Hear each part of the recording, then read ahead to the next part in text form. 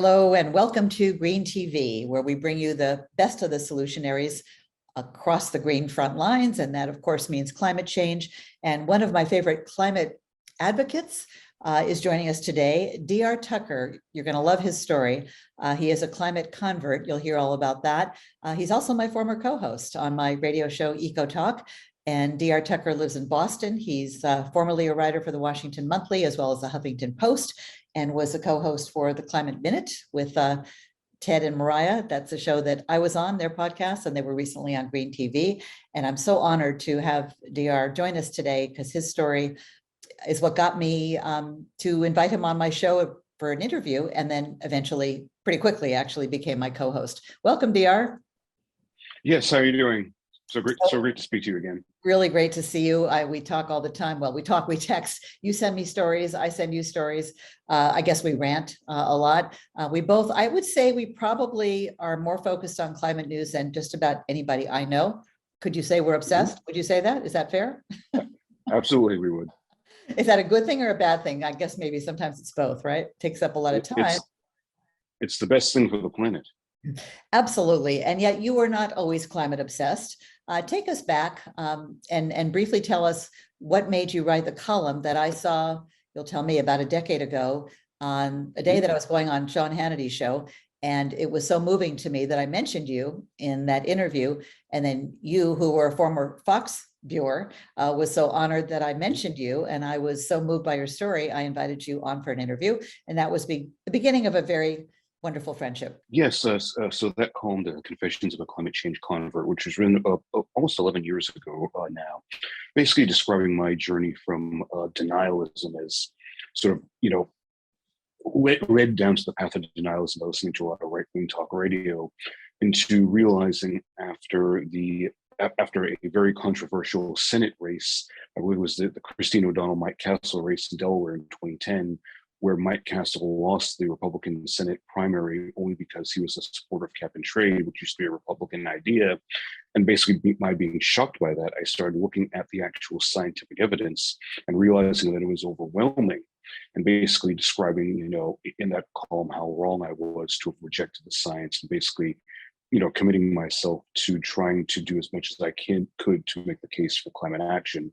It was greeted with a lot of hostility from a lot of now former friends, all of whom I assume have gone into more forms of, denial of science.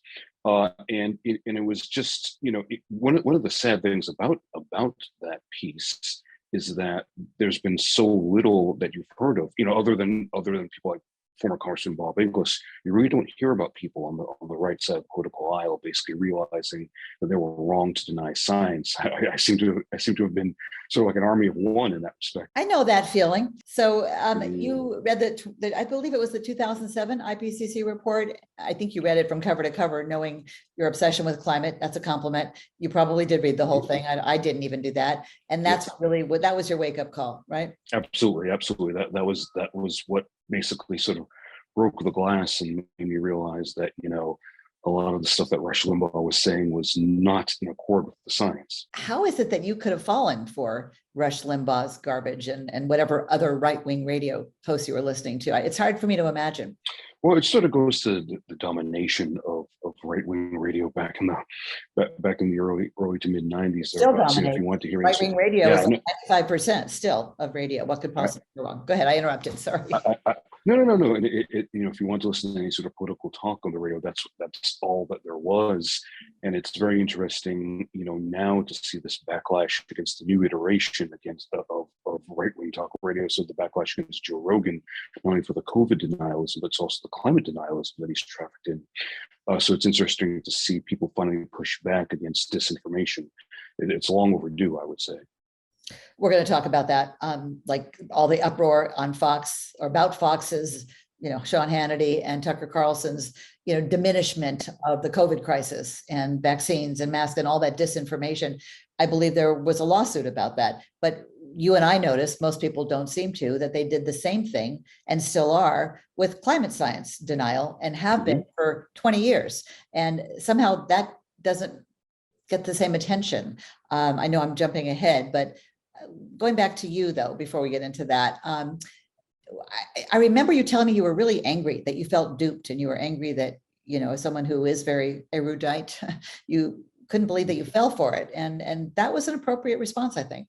Yeah, I would say so. And one of the things I learned in the years since is the extent to which a lot of these talkers were also trafficking earlier on in denial of the science behind smoking, and that they would bring on people from the Tobacco Institute and other organizations that basically said that smoking is good for you, and to just to think about the abuse of the public airwaves in that respect. When people need our mutual friend Desi Doyen has said, we don't need balance in the media, we need facts. And to think about how for years and years and years, instead of facts, we got false balance. It is infuriating. Yes, Desi Doyen and her cohort, Brett Friedman, do Yes. a lot of great things, including the Green News Report, which is still going on. We had it on our show when I was doing it.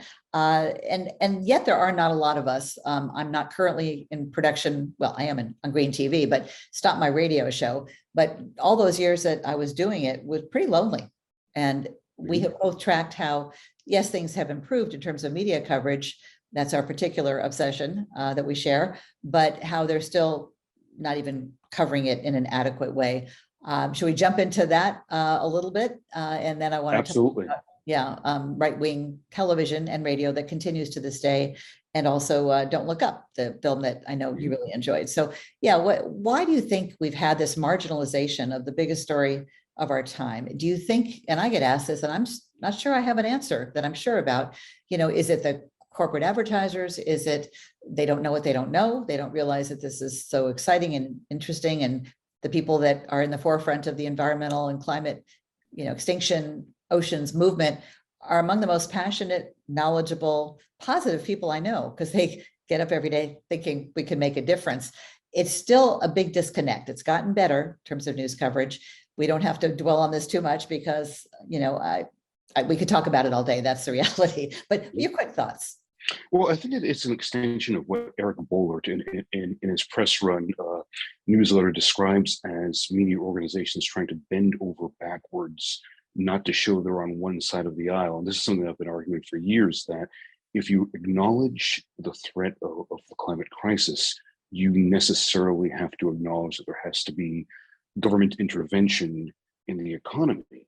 And because government intervention in the economy is associated philosophically with one side of the political aisle, if you say that government intervention is necessary, you're going to inevitably be accused of being biased in favor of one side of the political aisle. So the best way, or I should say the best way, the worst way, if you think about around that, is to simply downplay the importance of these stories.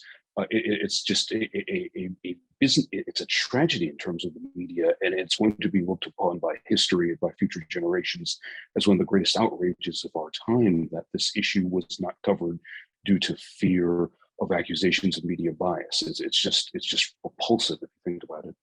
So we went from kind of both siderisms that eventually stopped. I think it was just about 3 years ago, they stopped featuring people who were politicians who were in the Republican Party and basically denying, certainly downplaying the importance of climate change. They stopped that too little too late, but then they started covering it in their view. And they feel like, I'm talking about the news networks primarily, because they're cable 24/7, the proportionality of how much they cover climate is still a fraction compared to other news. And that's just not you and I sensing that or saying that. That is from Media Matters. I think a couple of years ago, they found in 2020, climate coverage amounted to just 0.04 of all their news coverage. That was the only, that's less than 0.5%, I think. That's crazy. And that was only 2 years ago. Yes, it's gotten better. And so people feel, like, oh, Betsy, why are you still complaining about it? Because there's so many stories they're missing. And of course, that's why we started Green TV, to show, all the news they have not seen fit to. And the newspapers have gotten better. I was going to say print, but certainly the Washington Post, New York Times, The Guardian, they've been, in the last 5 to 10 years, really picking it up, and as they should. So mostly, our focus has been on the news networks and that proportionality thing. It was Trump, politics all the time, and then COVID. And when are we going to get to what's happening, the green elephant in the room all around us? And yet you turn on the morning shows, you turn on the news, and it's it's rare, not as rare, but rare that you see stories on not just climate, but environmental news. That bias, do you think it's the corporate advertisers or what? What is it? It's fear. Again, maybe it is indeed fear of advertisers, fear of criticism, fear of backlash. But you know, why isn't there fear of a frying planet? Why isn't there fear? You know, if you think about the journalists who are reluctant to cover this and the news executives that are reluctant to cover this, they have kids and grandkids too. Right. What kind of future are they going to pass on? You know, all you can't. You know, there are no ATMs on a dead planet. And then there was Joe Manchin and Kristen Sinema. Like, how can that be that Build Back Better is not a thing that is not only passed, but, you know, going strong forward? Yes, they will be remembered as the two figures who apparently beat and broke Build Back Better. And it's again, short-sightedness is short-sightedness is a political pandemic, if you think about it, and possibly will be remembered as the deadliest pandemic of them all. I mean, Joe Manchin, one man really holding up climate progress. Does that outrage you as much as I suspect it does? And me and so many others who know what we know and wish more members of the public, and that's again where media can help or hurt, we're aware of just how dire our predicament is. If we have to cut our emissions in half in 8 years now, and we're not even talking about how to do that in any kind of mainstream media place, how can we possibly succeed? And then, you know, we think Joe Biden, who's certainly, you know, better on climate than his predecessor and quite good on climate, he gets it, but he's just being obstructed and at every turn. And seeing Build Back Better as, you know, we're seeing record everything in terms of weather, it's just so discouraging and so depressing. And I don't blame young people for really kind of giving up on their future if this is so needed and it's not passed. And again, you know, as a friend of mine does point out, you know, we focus on Manchin and cinema, but let's not forget, you know, this is also an indictment of the decline in you know, the erosion of moderation on the other side of the aisle. That's something that I've been talking about for years, because you know, to think about how a generation ago you did have people on the other side of the aisle, people like Jim Jeffords, people like Bob Stafford, who held the Senate seat that Bernie Sanders, I believe, now holds, you know, crossing the aisle to support strong legislation. We talk about all the stuff John McCain did when he was alive. And now, you know, I've mentioned this before, there was a time when Mitt Romney was the co-founder of the Regional Greenhouse Gas Initiative in the Northeast. And now, where is he? Yeah. And John McCain did an about face. He believed in climate change and was so he didn't vocal about it until he didn't. How does that happen? And that is, as Al Gore's Inconvenient Truth very graphically portrayed, there's no good money on a bad planet. You know, would you rather have those gold bars or life and humanity surviving? And yet here we are, 2022, after the pandemic. It hasn't ended yet, but I don't think we learned the lessons, the environmental connections to COVID clearly enough, because those dots have not been connected. I mean, are you hopeful? Are you discouraged? I vacillate between hope and despair. It used to be daily, now it's almost hourly. But we can't give up. I find myself in a war against cynicism, in a war against the sense that, you know, and I've used this line so many times before, I guess I have to use it again, the old Steely Dan line about how things may, things may get much worse before suddenly falling apart, that sort of thing. Yeah. And, you know, and when you see this continued delay, and, you know, we just had recently one of the judges appointed by the former president, basically blocking Biden from, you know, implementing the social cost of carbon in terms of deciding, you know, oil and gas lease approvals and what have you. You just wonder, you know, is it going to be one of these things where we can't do it, and then when things get really bad, it's too late. And let's just talk about right-wing media, because they do deserve a lot of criticism, especially because they're still, I say, getting away with murder. I mean, people are dying from climate change, and Fox, you know, Sean Hannity, TV, radio, they're still downplaying, mocking, you know, environmental activists. And that's causing harm. That's causing, I could argue, connect those dots, lives to be lost because of the extreme fires and floods and droughts. And if people don't know that it's not your mother's weather, that we have, weather on steroids, you might want to plan your escape and get out of your whatever home to get somewhere to safety sooner, faster. So that's where I say First Amendment, you're not allowed to yell fire in a crowded theater. What if the theater's on fire and somebody's yelling, there's no fire, no need to panic, no need to move. It's almost like that as I see it. And yet there've been no lawsuits about that kind of diminishment of scientific evidence.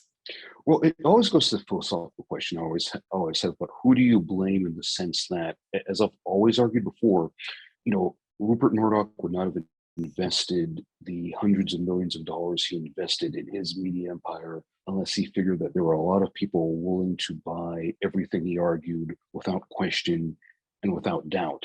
So do you blame people who are the promoters? Do you blame the supplier, or do you blame the addict? Do you blame the people who supply the misinformation, or the people who seemingly want to be misinformed? Who's ultimately responsible for the pickle the planetary pickle, as you put it, that we're in? Yeah, I mean, I even contacted a lawyer. I think the lawyer who was involved in trying to sue Fox for the COVID disinformation. I said, well, it's not a big walk to extrapolate that and use that argument for climate change, and how their lack of giving the facts has led to more damage and more damage of property and lives. And he said, well, but climate change isn't an immediate threat like COVID. I said, well, actually it is. Yeah, there's a delay. The carbon emissions that got spewed 5 years ago up there now, but it's accumulation. And there's certainly, I mean, all the evidence shows, beyond a preponderance of doubt, that more greenhouse gases in the atmosphere is causing our extreme weather that's only going to get worse. And this isn't even the new normal. This is the beginning of the new abnormal. And yet they continue to get away with it. And I just don't understand how that can be. Maybe the problem is that too many people, including smart lawyers, aren't aware of the realities of climate change and how much, damage there is. It may not be like immediate, like the same day, or even you die from COVID, maybe over the course of a couple of weeks, if you get it. But it is absolutely connected to not only the weather, but our destruction of ecosystems, ecosystem collapse, acidification in the ocean, accelerating extinction. As we say, it's the mother of all environmental threats, makes everything worse, exacerbates. And yet I don't think luckily the research shows that more Americans are concerned and or alarmed, something like 70%, I think. But like 50% of them want to know what to do. And that's the first step, right? Is realizing there's a problem. And then what do we do about it? And we can't get enough people involved in the solution till we have more of them understanding there's a problem. It seems like we're reaching critical mass there, but how do we get out of the critical mess? Meaning, really getting everybody on board, because we have to change everything, our energy system, our economy. It's and to the extent that there are people who are concerned and who are energized. Think about how many more people there would be if this front page news were not relegated to the back pages and ironically enough, in the broadcast and media. And many adults point to Greta Thunberg and her generation as being, something that gives them hope. And I say, well, there's not going to be much hope if you don't get busy doing everything you can, as their parent, as an adult. And that seems to be lost sometime. So tell us, Bob Inglis, you mentioned him in passing, but he is a champion and certainly a hero in our eyes. For people who don't know, remind us what he did and what it cost him and how wrong that is. Well, he was also at one time a denier who basically came to realize how important it was to take action, and supported carbon pricing legislation in the House, for which the Koch brothers went after him, and he was primaried out of his House seat in 2010. And I mentioned before, Inglis, Mike Castle, Wayne Gilchrist was another former GOP congressman who also supported action and for his efforts was primaried out. So it's just there's been this thinning of the herd, this winnowing out of anybody on the GOP side who says, we need to take action. And it's just been an absolute, it's such a shame, such a shame. A crime, I would say. against the future and our children, grandchildren. What do you see that encourages you? And I know you really enjoyed the recent movie that got such big play, which is in itself good news. And of course, we're talking about Don't Look Up. That really, I think that was the #2 most watched film on Netflix. Does that tell you that people are interested in climate change? But even though climate change was never mentioned in the movie, I think it should have been pretty obvious, but maybe those deniers would say it wasn't about that. It was about COVID or something else. Like, how do you interpret the fact that it was so popular? It just it goes to show the passion and the desire for more content. And, one of the things that's is always going to stick in my mind is sort of the controversy and the backlash over the backlash, the idea that people were basically trying to attack this movie as somehow one of the worst films of all time. And as I know to a friend of mine, if it was really as bad as people were making it out to be, where are the Razzie nominations? Are the people who run the Razzies in the back pocket of Adam McKay? I don't think so. What did Rotten Tomatoes do? I don't know. When you factor in some critics who are just tearing it apart, it did get a relatively low Rotten Tomatoes score, as did Vice, Adam McKay's previous film. But I think people are going to remember the overreaction that some people had to it, and this because they didn't like the fact that McKay was, I think, properly saying that the media dropped the ball on this and was more interested in celebrity than in carbon. So it wasn't too big of an exaggeration based on my experience. No, and I think I don't expect the movie to win Best Picture, but my goodness, if it did, could you imagine the people who would freak out? If it did, it would be something, would it not? And speaking of freaking out, in the interviews I've seen, I'm sure you have seen many too, with Adam McKay, he really is freaked out about the prospect of climate change, and he has children, and that really is what motivated him to, along with David Sirota, who co-wrote it, to make this film. And now they're like trying to post solutions, and it seems like, and on the one hand, it's encouraging to see people in Hollywood entertainment getting it. On the other hand, don't you, like me, sometimes feel like saying, where have you been? What took you so long? I mean, Jim Hansen testified in Congress in 1988. You and I have been talking about this for more than a decade, 2 decades in my case, and it almost feels like too late. And that's what really is depressing, when you hear people say, well, yeah, we're screwed, it's hopeless, which is, as Michael Mann talks about in his book, The New Climate Wars, that's as bad as, that paralysis is as bad as denialism in terms of impacting our greenhouse gas emissions and mass global public action, not taking place because people are, I don't know, I was going to say cynically thinking it's too late. I don't know if it's cynical. Maybe it is too late. What do you think? I don't think it's too late, but in every day that people dilly-dally, it gets closer to the fact of being too late.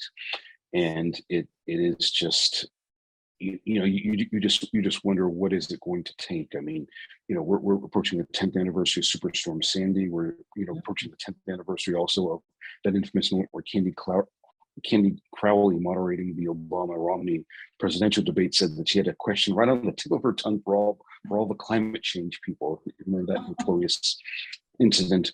You just think about how much has been wasted, how many lives have been lost, how many years have been wasted because of this delay in the press and the similar delay in our politics in order to take action on this, something that should have been done, as you noted, back in the late 80s when Hansen urged Congress to act. Yeah. Do you think that people unfortunate enough to be in the eye of some of these just devastating hurricanes, whether it be the Louisiana coastline or Kentucky, where whole towns are wiped out, or certainly parts of towns, and then the news crews leave, and these people, it takes years. There are people in Houston who still are not back in their homes after Hurricane Harvey. What was that, 4 years ago? Do you think that they've connected the dots? I wonder about that. I'd love to go back and interview them and say, did you believe in it before? And what do you think now that we've got some changes in our weather due to human activity? Well, I think that the most horrifying idea is the idea that people do recognize it, but it doesn't translate into voting.